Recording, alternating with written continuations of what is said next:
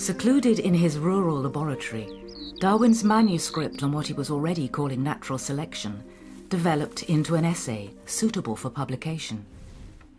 Some of his text drew on the experiences he had on his round-the-world Beagle expedition. Out of the 5 years he spent on the voyage, he'd stayed just 5 weeks on the Galapagos Islands, collecting specimens of plants and different species of mockingbirds and finches. The significance of his Galapagos experience in the development of his theory has been overstated.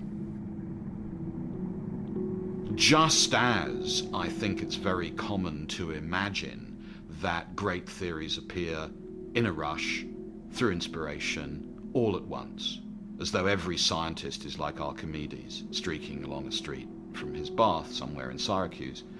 So we want the place where the inspiration hits to be glamorous and exotic, and the Galapagos does that perfectly. But that's completely to get the origin entirely wrong.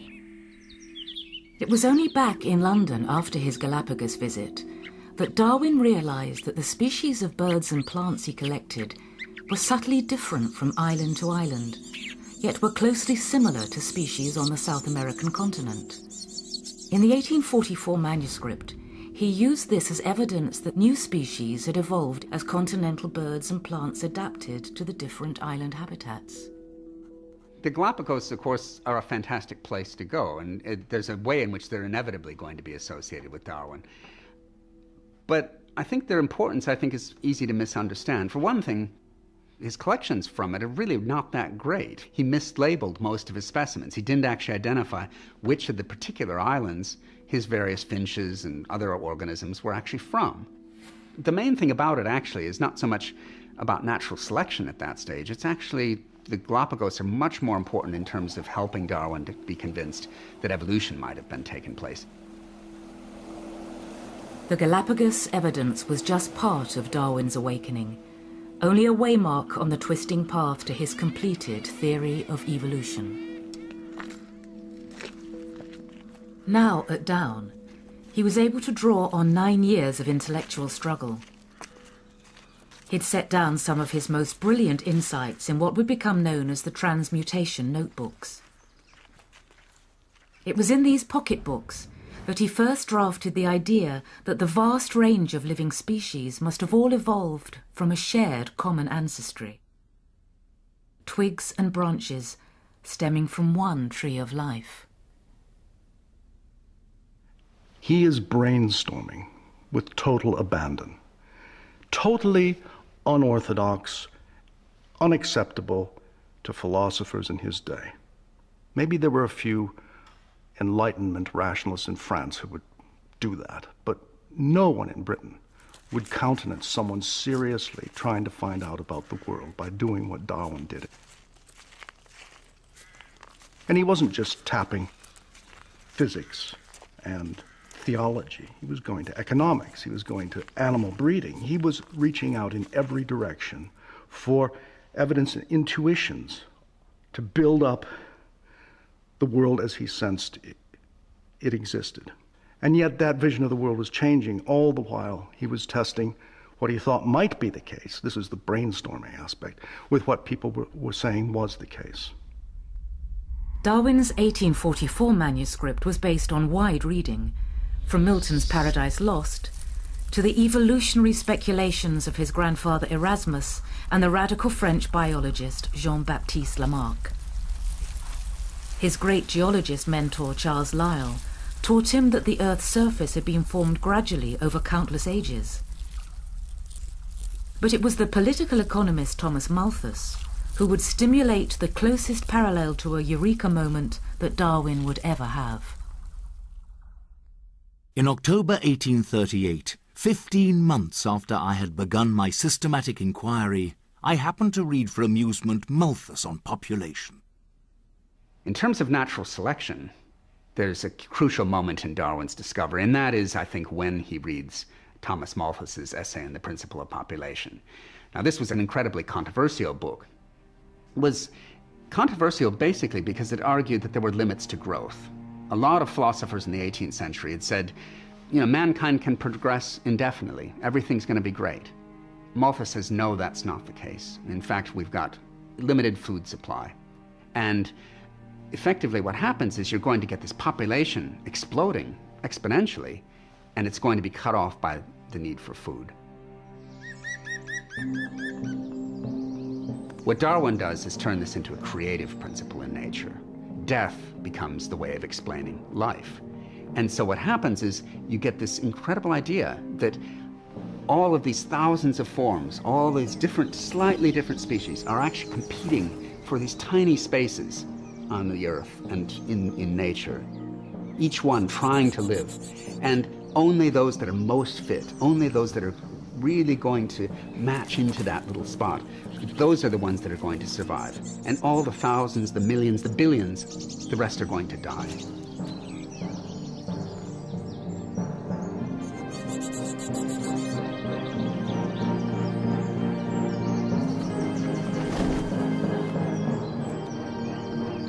It had once struck me that under these circumstances, favorable variations would tend to be preserved and unfavorable ones destroyed. The result of this will be the formation of new species. Here then, I had at last got a theory by which to work. He says that this population growth is like 100,000 wedges pounding into the face of nature.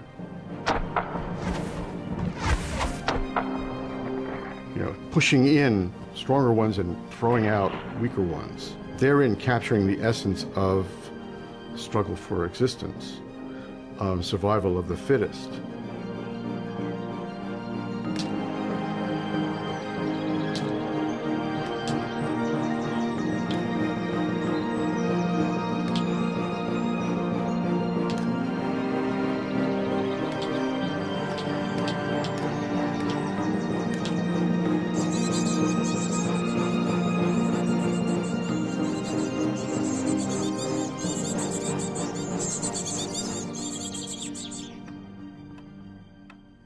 He had a moment where he got very excited. You definitely can tell the excitement because it's very, very tight, very, very careful. It's controlled thrill, I would say. Very, very detailed writing, layer upon layer, really, of reaction to this thing. By 1844, Darwin had placed Malthus's ideas on population at the core of his theory of natural selection, as a mechanism by which evolution occurred. The war of nature destroyed the weaklings. Only the best adapted went on to reproduce, passing on their successful characteristics to succeeding generations. In having so many children, Charles and Emma were effectively conducting their own Malthusian experiment. By the time he had finished the manuscript, one baby child had died, and Emma was about to be pregnant with a fifth. William and Annie, their first two, were thriving. Anne Elizabeth Darwin was born in March 1841. She became indispensable to her mother by the time she was that wonderful age, 8 or 9. She showed her parents great tenderness, and I think that increased Emma and Charles's love for Annie. She would pet them and stroke their hands and stroke their hair and take her father's hair and plait it and fix it just so, and then take his hand and walk around the sandwalk and skipping ahead. And she had her own little flower patch in the back. All these endearing things as they watched their eldest daughter become a young woman. Her joyousness and animal spirits radiated from her whole countenance and rendered every movement elastic and full of life and vigor.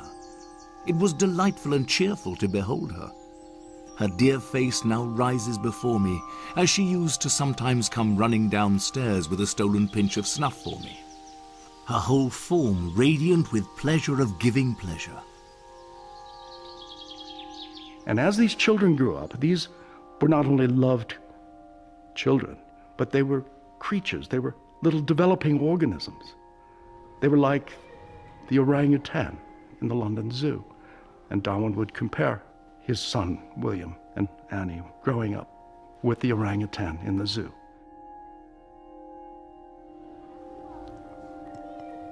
At Down, Annie and her siblings provided an emotional relief from the constant struggle with his new and contentious theory. But there was another long-term source of unease. Emma read his completed manuscript. Darwin must have known that she would find it uncomfortable reading. In a strong and loving relationship, his rejection of traditional religious teachings made her anxious about his salvation. Although the manuscript acknowledged the existence of a creator, Emma felt it undermined the belief that man was specially created by God. If you put yourself in the mind of a 19th century reader, the notion that species had evolved, that humans had evolved, would be deeply upsetting because of this presumption that that humans are at the top of the ladder, of the hierarchy, perfect, formed, noble, all of those things. To suggest that we had evolved from apes, and before that from primitive sea creatures, must have seemed deeply heretical. Darwin's very aware that he needs to tell his wife the general tenor of the work that he's actually doing, but he's also quite aware too that she's going to be upset. I mean, Emma is quite liberal in her general outlook, but she also is a practicing Christian and a strong believer. Emma feared that her husband's religious doubts would mean that he might not be saved and join her in the afterlife. When I am with you, all melancholy thoughts keep out of my head. But since you are gone, some sad ones have forced themselves in, of fear that our opinions on the most important subject should differ widely. My reason tells me that honest and conscientious doubts cannot be a sin, but I feel it would be a painful void between us. The big question for Emma was, were they going to spend eternity together? Or when she died and then he died, was that something where, they were going to be apart?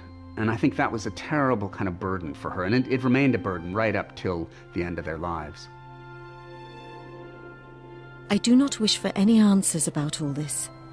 It is a satisfaction for me to write it. Don't think it's not my affair and does not signify much to me. Everything that concerns you concerns me, and I would be most unhappy if I thought that we would not belong to each other forever.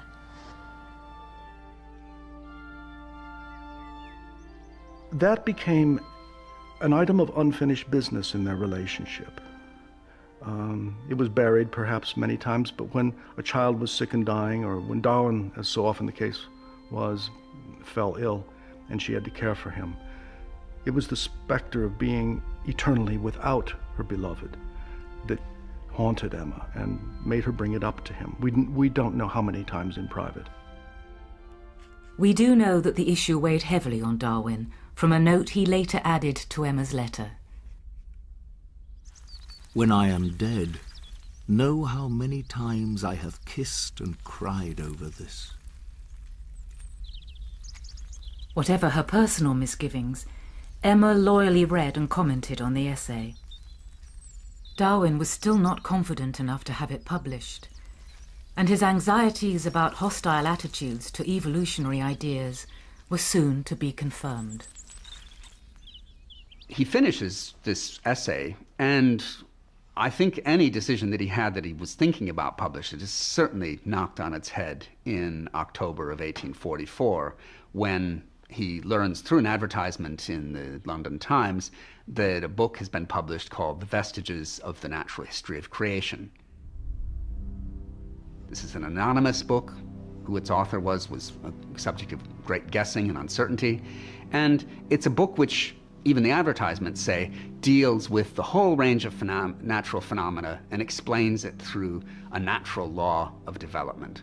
In other words, there's some sort of evolution that will explain how everything in the universe came into being. It becomes one of the great sensations of the 1840s. Everybody reads it, from Queen Victoria to the poet Tennyson, most of Darwin's friends. It's discussed very extensively by a whole range of different people. The whole train of animated beings, from the simplest and oldest up to the highest and most recent, are then to be regarded as a series of advances of the principle of development.